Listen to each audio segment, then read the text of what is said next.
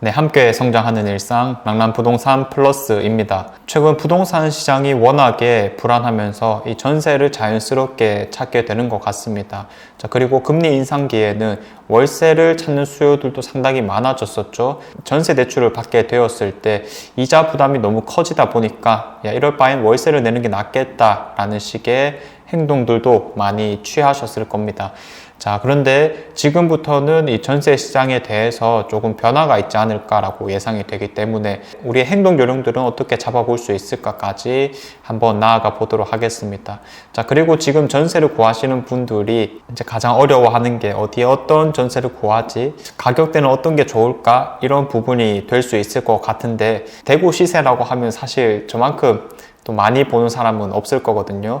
매일 유튜브를 찍기 위해서라거나 혹은 수업하기 위해서 항상 체크를 하고 있다 보니까 가장 정확하게 알려드릴 수 있지 않을까 생각이 듭니다. 자, 아무튼 이러한 것들을 오늘 싹 정리해 보도록 하겠습니다. 자, 2021년부터 우리 대구 부동산 시장이 정말 많이 하락하기 시작했었고요. 그 직전 시장을 생각해 보면 매매 가격이든 전세 가격이든 급등을 하였다 라고 볼 수 있겠습니다.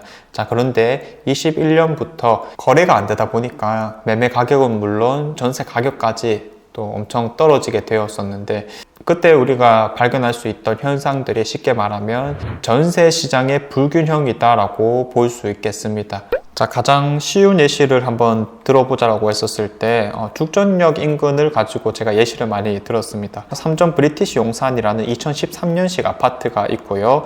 22년도 7월부터 입주한 죽전역 동아 IBC가 있습니다.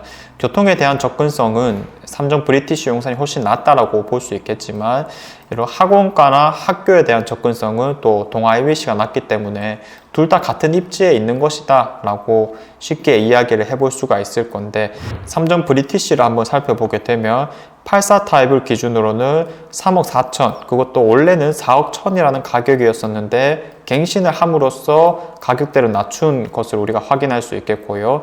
자, 그리고 새로운 전세 계약은 2억 5천쯤에 또 되기도 했었고, 작년에 입주를 했던 죽전역 동아 IBC 같은 경우에는 2억 9천, 2억 8천 뭐 이런 가격대들이 주로 거래가 되었었고, 2억 5천이나 2억 6천짜리도 상당히 많았었습니다. 신축 아파트들이 입주함에 따라서 가격대가 워낙에 낮다 보니까 불균형하게 보여졌다라고 하는 건데, 사실 이런 것들이 시간이 조금만 흐르게 된다면 어떤 일이 벌어질지는 누구나 예상을 할 수 있었을 겁니다. 대구 전체 지역을 중심으로 이 물량들이 너무나도 많다라고 볼 수가 있겠죠. 흔히 공급 과잉이라고 말을 하는 상황이고요. 이 공급 과잉은 다른 말로 신축 물량의 과잉이다라고 볼 수도 있겠습니다. 기존 준신축급들이나 구축 아파트들이 받았던 전세 가격들이 신축 아파트로부터 시작된 전세 가격 하락을 감당할 수가 없게 된다는 거죠. 자, 그래서 실제로 아까 보았던 죽전역 동아 IBC 같은 경우에는 현재 매물의 최저가가 3억 정도에 맞춰져 있다면, 삼전 브리티시 용산 같은 경우에는 2억 4천 정도로 맞춰져 있습니다. 서열화가 되었구나라고 볼 수 있는 거겠죠. 자, 그래서 지금 이러한 가격대들을 정확히 잡지 못하고 있을 가능성이 높기 때문에 한번 정리를 해드릴 건데, 각자가 원하는 입지들은 분명히 있을 거다라는 생각이 듭니다. 어떻게 좀 표현을 해볼까 하다가 금액대별로 한번 정리를 해보았습니다. 지금 84 타입을 기준으로 가장 높은 금액은 5억이라고 보시면 되겠고요. 4억, 3억, 그리고 2억대는 후반, 중반, 그리고 2억 이하 정도 수준으로 정리를 해보았습니다. 자, 5억이라고 하면은 가장 비싼 지역이어야 되겠죠. 우리 학군적인 측면에서 가장 뛰어나다라고 이야기할 수 있는 범사 지역이 되겠고요. 자, 힐스테이트 범어가 있습니다. 최저가 자체는 한 4억 5천 정도가 있지만은 그래도 한 4억 후반 정도는 줘야 되기 때문에 5억이라는 상징성을 한번 주어 봤고요. 1, 2년 전까지만 해도 9억 3천이라는 전세 최고가를 찍기도 했었습니다.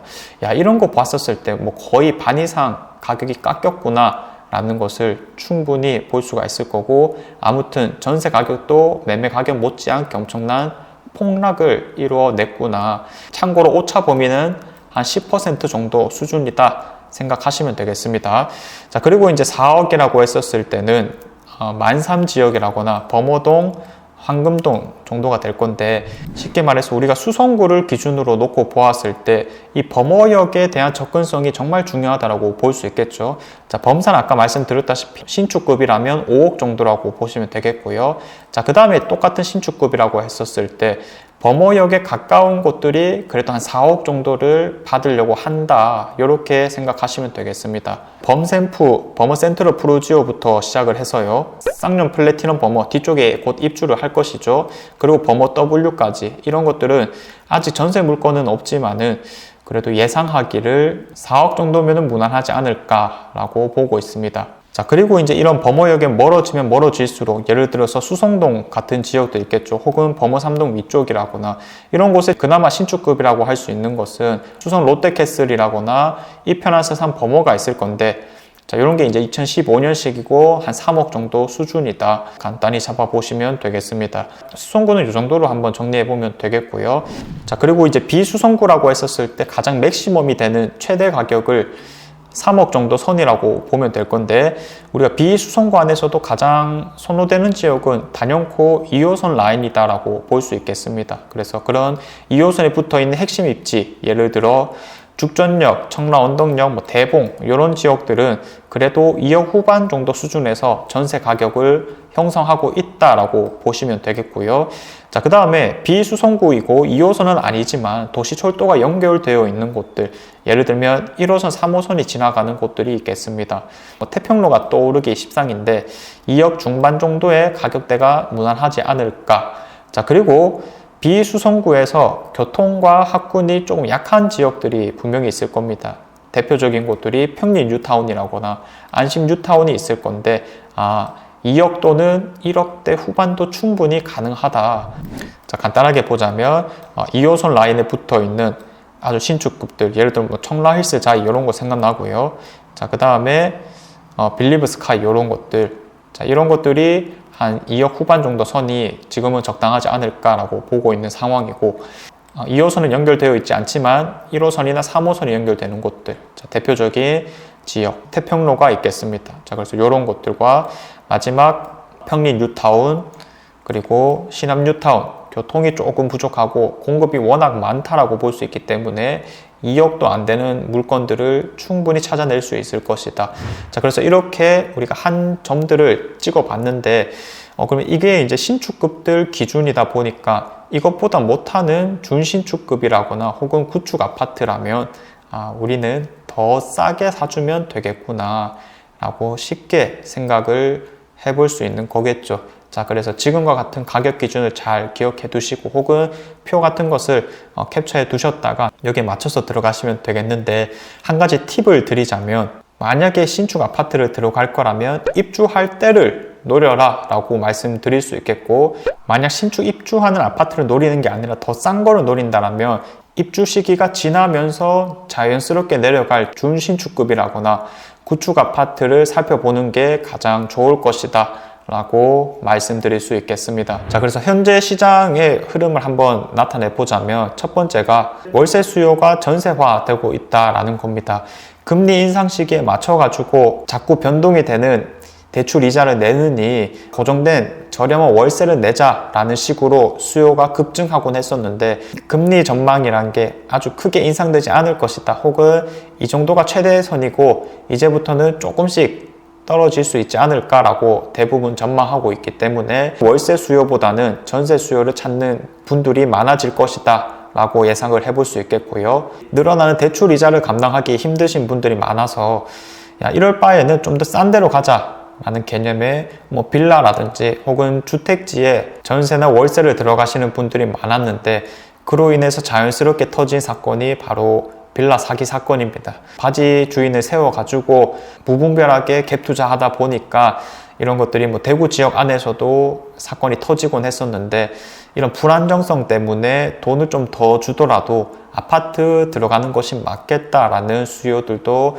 자연스럽게 증가할 것입니다. 자, 그래서 지금은 신축 아파트의 전세 가격이 조금 안정화된 것이 보여지고, 그리고 전세 수요들 역시 자연스럽게 늘어날 구조를 갖추었기 때문에 전세 가격들이 조금씩은 더 올라갈 수도 있지 않을까라고 예상을 하고 있습니다. 자, 실제로 입주장이 마무리된 곳들을 중심으로 소폭이나마 전세 가격들이 상승했거나 혹은 전세 매물이 없어진 케이스가 다분하기 때문에 입주장이 가장 싸다라면 우리는 이것들을 토대로 신축 아파트들부터 전세 가격들이 먼저 상승을 이루어낼 것이고 자연스레 준신축이라거나 구축 아파트 가격들이 좀 따라갈 수 있는 구조를 갖추지 않을까라고 예상을 해봅니다. 자, 그래서 지금 당장 전세에 들어가시는 분들도 항상 명심해야 되는 것이 두 가지 정도가 있는데, 첫 번째는 매수를 고려하셔야 되는 거고요. 두 번째는 항상 시장을 체크하고 있어야 됩니다. 자, 시장 체크는 제가 유튜브를 또 꾸준히 올릴 거니까 이거 잘 들어주시면 될 것 같고요. 보통은 1년 동안 아무런 생각 없다가 만기쯤 되어서 이사를 가는 게 맞을까 아닐까 살짝 고민한 다음에 그냥 계약갱신 청구권을 쓰는 정도로 행동을 할 거거든요. 지금 당장 전세에 들어가는 이유는 어떤 리스크를 피하기 위함이라거나 혹은 돈을 좀 더 모아서 집을 매수하겠다. 즉 목표 자체는 언젠가는 집을 매수하겠다라는 측면이 될 수 있을 건데, 방심하고 있으면 절대로 안 된다. 언제든 분양을 넣을 수도 있을 거고 혹은 원하는 매물이 나왔을 때 구매를 고려해 볼 수도 있겠다. 특히 계약 기간이 만료되는 시기에 따라서. 자, 그래서 항상 이런 마음의 준비를 좀 해두시고 시장을 적절하게 체크해 나가신다라면 우리가 원하는 목표를 충분히 이루어낼 수 있지 않을까라는 생각이 듭니다. 매일 이 부동산 시장을 체크해보는 입장에서 전세 가격은 분명히 안정화가 되지 않았나 싶은 순간이 되었습니다. 자, 지금부터는 우리가 정신을 좀 똑바로 차릴 필요성이 있다라고 보는 건데, 제 말이라고 무조건 100% 다 믿을 필요는 없지만은 항상 스스로 생각해보는 시간이 가장 중요하지 않나라는 생각이 듭니다. 자, 그래서 오늘 말씀드렸던 이 내용들 토대로 근거가 있는지 한번 생각해보면 좋을 것 같고요. 최소한 계획 정도라도 세워두시면은 좋겠습니다. 자, 전세를 구하시는 분들도 엄청 이제 또 고통스러운 순간이 되겠지만 힘내시길 바라겠고요. 제가 준비한 내용은 여기까지입니다. 오늘도 좋은 하루 보내시길 바라겠습니다. 감사합니다.